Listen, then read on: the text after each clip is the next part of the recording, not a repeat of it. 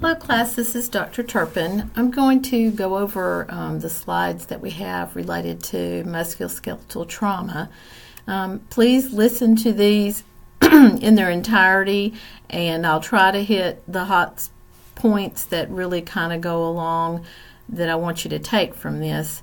You know, in the picture of the hip here, we kind of see that there is a intracanteric fracture of the hip, and you know, you can see the difference here in terms of the x-ray pictures that we looked at with hip replacement versus a repair, and you can actually see where they have taken screws or pins and actually, you know, put the bone back together.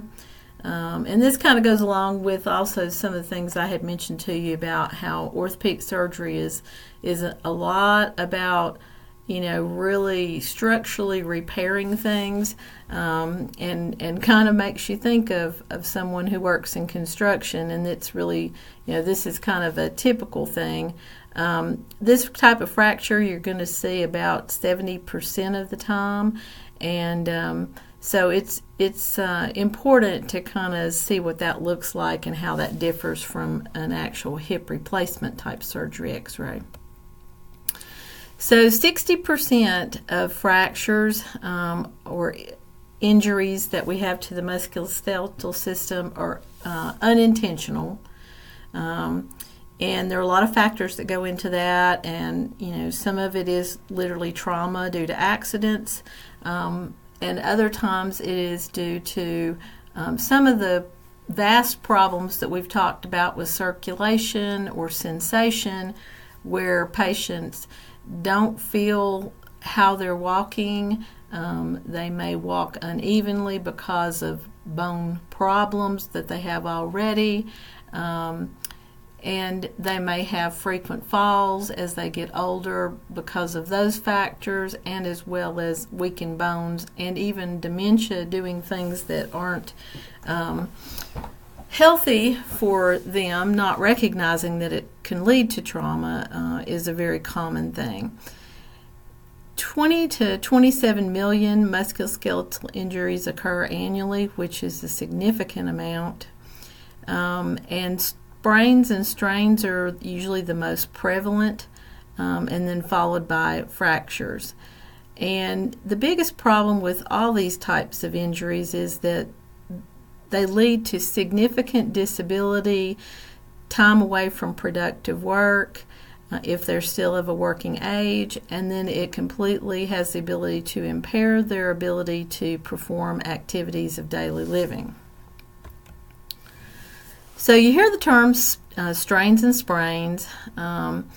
These typically occur from sporting injuries in athletes of all ages, and it can also be accidents at home, at work, or during recreation. A strain is an injury to the muscle or tendon tissue, and it can be considered first, second, or third degree depending on severity. A sprain is an injury to the ligaments. And the way I always try to remember it is just try to think about the T in strain and tie that to tendon, is one way to think about it. But you know, whatever helps you memorize the difference between those is important, because you kind of, you know, treat them in some ways similarly, but you know, I know that we have some test questions specific to that on the study guide, so just make sure you're clear there. So how do you manage these type of injuries? If it's a first or second degree strain or sprain, we use what they call the RICE method. Rest for 72 hours, ice for 30 minutes, 3 to 5 times per day, and you keep doing that for 24 to 72 hours. And then compression is the C. They usually put an ACE wrap on there, and that just kind of controls the swelling. And then elevate the area to minimize dependent swelling if it's in an extremity. Sometimes if you have a third degree, which is the worst condition of strain, it may require surgical repair to repair the tendon or the muscle, because it's going to be non-functional and may heal in a way that leads to further deformity or inability to, extend the extremity. So those are severe enough that require surgical repair. And then often, to kind of decrease swelling and pain both, NSAIDs are the common medication that you see being provided. And that would typically be things like ibuprofen. This is a classification system that talks a little bit about what is a fracture. It is a break or a disruption in the continuity of the bone. It can be a complete, that it's broken all the way in two, or it could be incomplete. It can be open, or you may see it referred to as a compound fracture, meaning that it comes through the actual skin and creates a bone jutting out of the skin, or it can be closed and considered a simple fracture. And sometimes you see classification of fractures that talk about, is it a spontaneous fracture or pathological fracture? And you saw some of the bone conditions. Bone cancer patients may have this, or patients with severe osteoporosis may just be doing normal activities and just break a bone. Sometimes you see that with patients that are coughing. Sometimes you see that with patients doing a normal activity that would be, where it would be pressure on an area of the bone, and it just can't support the weight and may break. And you see sometimes compression fractures from injury to the spine, but sometimes those can be spontaneous and kind of considered in both categories. And then you hear people talk about a stress fracture, and that is kind of where the bone has just gotten used to a constant jarring situation, into where from the actual stress of or fatigue of the bone being utilized in one mechanism over and over again, it can actually create a weakened area that cracks through. This is just a long list of fracture patterns. Make sure that you kind of know some of these terms, just because you are going to definitely see a couple of those on your test. So that's just sort of a memorization question.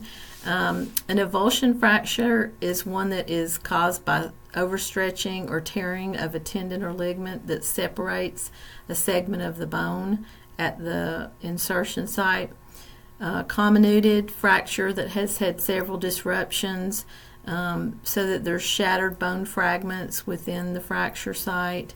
Compression is a fracture by excessive force along the axis of typically the spinal column, and sometimes that happens, like we said, from a pathological standpoint. Sometimes that happens from a fall where someone falls directly down on their feet, and sometimes from significant heights we tend to see that more.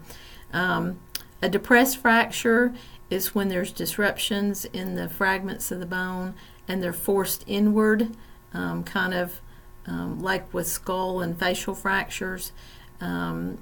Displaced is when you see misalignment of the bone. So you can imagine a bone being broken, but the goal of therapy is going to be to get those bones back in line with each other. But if they're not in line with each other and they don't get treated properly, they can actually grow back misaligned, which is a significant problem. Green stick fracture is an incomplete disruption where one side of the bone is bent and the other is fractured. So you kind of think about just a green stick, how if you've got a green stick and it's bent on one side but it's fractured on the other. The easy way to remember that. And you do see that often more in children because their bones are a lot more flexible. Of course, as we get older, we get more osteopenia and osteoporosis, so they tend to be more complete breaks. Non-displaced is when the bone fragments are well approximated, so that means that there's been a break, but they look like they're kind of almost just right back still in line with where it would be, and sometimes those are the ones that may go missed on x-ray, and this is just something to know.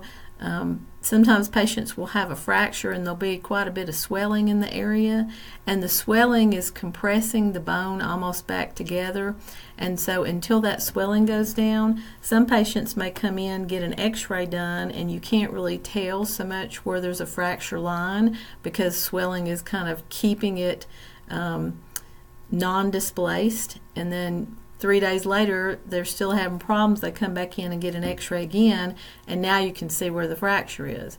So just know that does occur sometimes, and often it's because of the swelling that's making it stay non-displaced. An oblique fracture is usually at a 45-degree angle. A spiral fracture is really when you see often that is associated sometimes with child abuse or some other type of abuse where somebody has kind of twisted someone's arm, and so it's when they see that they're very suspicious of some type of abuse going on. And then impacted is when segments of the bone are wedged into each other. So at the fracture line, they're kind of not really so much displaced, but that they kind of jet into each other, which is a bad situation, and it causes shortening of the bone in that area. When you're looking at it, you because of that wedging in, sometimes one extremity is going to look shorter than the other. These are just some pictures so you get a visual of some of those different types. So just kind of try to commit what some of those look like to memory and how they would affect the person. This is just another one that gives you some different pictures and different terms in terms of types of hip fractures. So these are your clinical findings, obviously. Pain is going to be pretty severe. If any of you have broken a bone or know someone that's had a broken bone, it's very painful. Usually you're going to have loss of normal function. Often with that pain, if there's a lot of edema to the area, you may lose some of the neurovascular sensation just because of that pressure on there. Occasionally the loss of sensation may be because of loss of blood supply to the area, which can be a serious issue. Obvious deformity, it can be displaced or shortened, as I mentioned. You may hear crepitus, which is kind of a cracking sound when they try to move the joint. There may be some warmth to the injured area, and you may see ecchymosis of the skin in that area or significant bruising. And muscle spasms are very, very common. As you can imagine, the muscle's job is to hold the bone in place between the joints. So if there's a break in that anywhere in that bone structure, the muscles are like not in the normal place that they would be. And because of that, it's going to really make not only just the pain at the broken site, but severe pain from muscle spasms. So how we prevent that, sometimes the patient may be put on muscle relaxers, or the common thing that we want to do is use a type of traction to pull the displaced bone back into alignment, and that tends to really decrease muscle spasms, first off, but it also puts the bone in alignment so that healing can take place, or can at least alleviate muscle spasms until until it's decided for the patient to be casted or sent down for surgery for repair. And I'll also show you some pictures of that here in a minute.